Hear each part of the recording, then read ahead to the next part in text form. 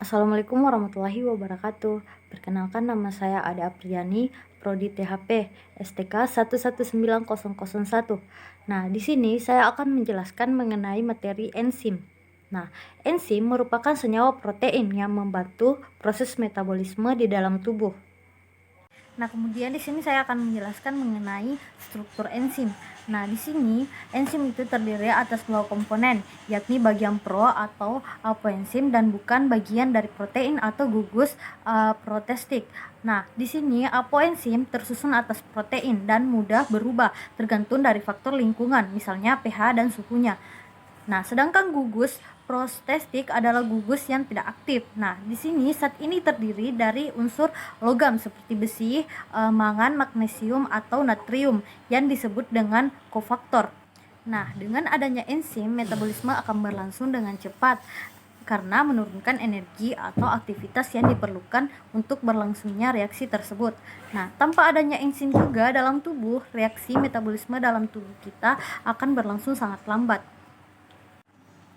Namun, gugus protestik juga dapat berubah bahan organik dan bukan protein seperti vitamin B atau koenzim. Nah, selanjutnya adalah cara kerja enzim. Nah, secara sederhana, enzim bekerja seperti kunci dan gembok. Pasalnya, dalam materi enzim ini terdapat tempat yang aktif atau active site. Nah, yang mana substrat tersebut dapat bergabung ke dalam dan bekerja secara spesifik. Nah, selanjutnya di sini faktor yang mempengaruhi kerja enzim. Nah, pekerjaan enzim dipengaruhi oleh beberapa hal. Pertama adalah suhu. Nah, kondisi suhu yang tinggi membuat kecepatan molekul substrat meningkat sehingga pada saat pertumbukan dengan enzim, energi molekul akan berkurang. Nah, selanjutnya kemudian faktor kedua adalah pH. Nah, enzim akan berubah bentuknya dan menyebabkan denaturasi enzim bila kondisi asam dan basa di sekitar molekul itu berubah.